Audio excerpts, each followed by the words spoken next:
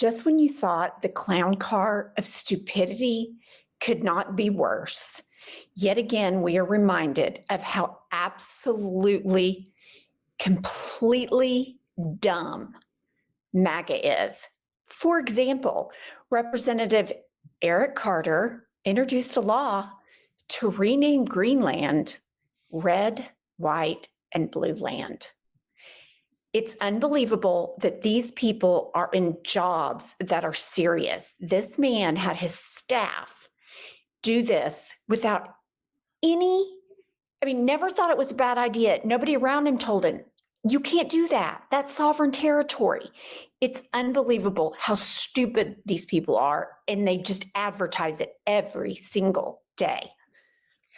I'm far more concerned with how cute and fun these people are, that they think they're so clever to come up with the name red, white, and blue land. Like that's just a real banger. And this is the United States of stupidity. And half of the country voted for this crap. And they hear that crap and they are like, oh yeah, USA baby, let's go. Come on, patriots, let's rev it up. It's just, this is the stupid party for stupid people, and they are all going to get punished by these MAGA regulations and the dismantling of agency by agency. This is going to be collateral damage of its highest form. And what they don't realize is that when Joe Biden's in office, you receive a collateral benefit. And now that those benefits are going to be gone, it's going to be collateral damage. And I just noticed, you and I were in the car a few minutes ago, Pumps, inflation is up. Right. Trump is in the point position. And he literally sent out a tweet that said, Biden inflation up. And it's like, no, bro, that's not how this works. It's right. Your inflation. You own this now. Well, of course he owns it, but he never takes accountability for anything. What I thought was interesting, I found this morning Denmark's response in Politico. This is my favorite part. There is clearly a need for more adults in the room when the U.S. administration formulates foreign policy. If these people can't see how absurd they appear, they are out of touch with reality. And I'm like, you don't say. Thank you. That is what we have been saying for 4 weeks or 3.5 weeks now, but since the election. It's just, these people are divorced from reality. What's even better is I have a clip to prove exactly that point from President Donald Trump. This is what he said, and he's serious. In my first term, when we hit that number, and the day before I heard the word COVID or pandemic, they told me, sir, I think there's a pandemic. That was not a good thing. I said, tell me about pandemics.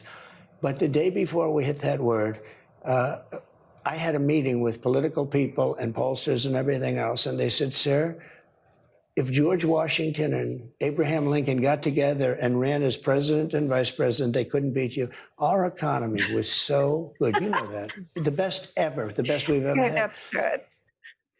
First of all, I'm not surprised he's never heard the word pandemic. But it's unbelievable to me that he sits there and he says this kind of thing and nobody checks him on it. Nobody says, why are you talking about this? This is not reality. Please talk about the rising inflation costs. Please talk about what you're doing with dismantling agencies, transparency. He's running around telling people he's as popular or more popular than George Washington and Abraham Lincoln on the same ticket. It defies logic.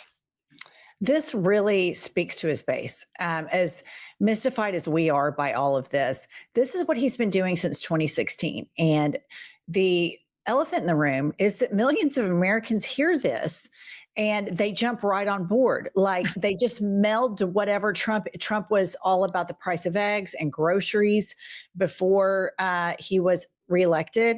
And now he's all about Greenland and still talking about his grievances. And so they just shift whatever he says.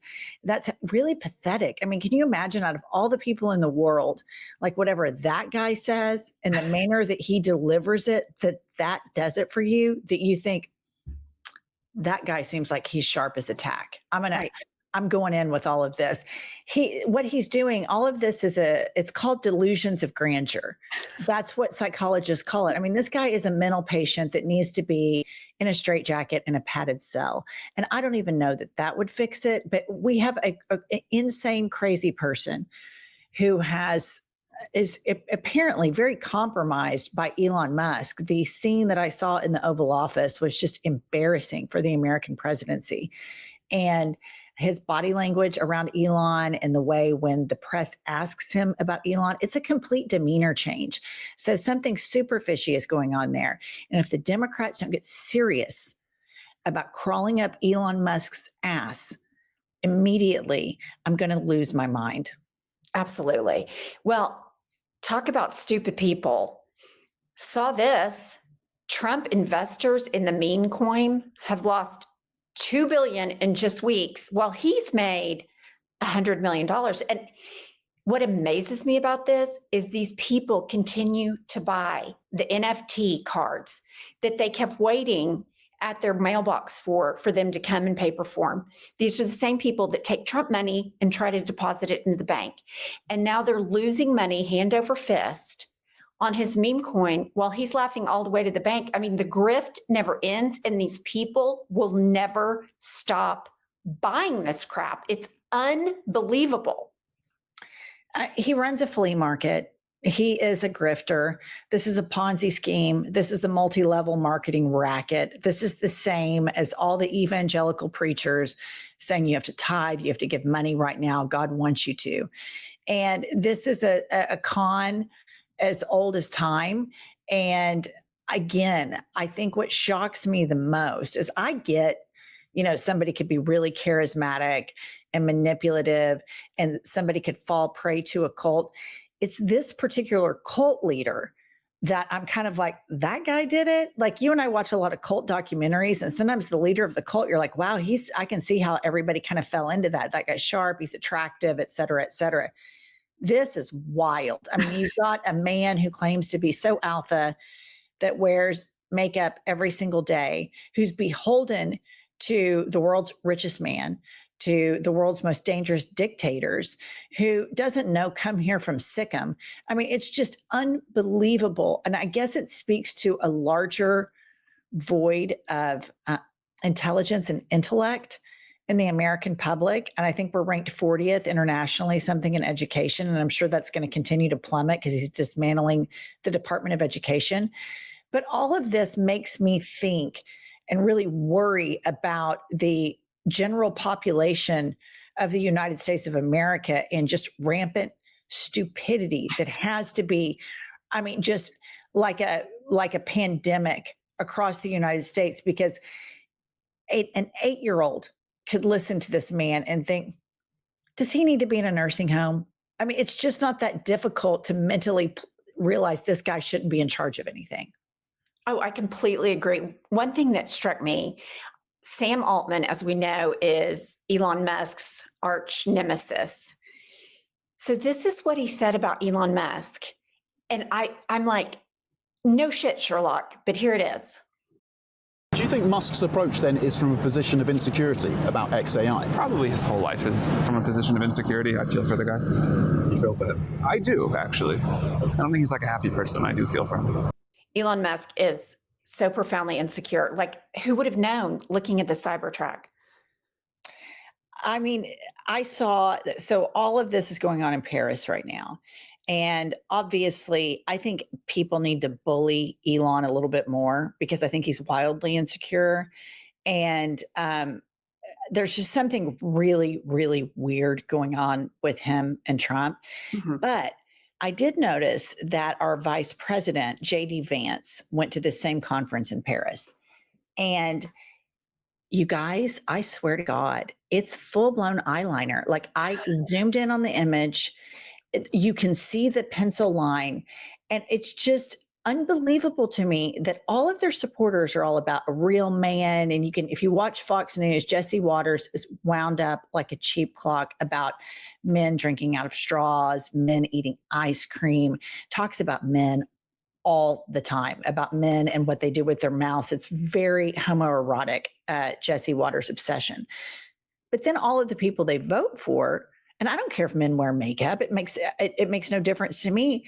But there's just no question that JD Vance wears a full-blown smoky eye. And I just think it's really, really an interesting thing. And I'm just fascinated by the fact that a lot of these MAGA men seem to be castrated by Trump. Trump wears makeup. The vice president of the United States wears makeup. All their supporters bang around talking about alpha males from the, behind their wheels of their Tesla trucks. It's just, again, it's the United States of stupidity. It is the United States of stupidity. And I'm going to go on record again and again throughout this presidency. If you're the president of the United States, if you're the vice president of the United States, hire a decent makeup artist. It's just not that hard. It's just not that hard. So here we are, MAGA week almost 4.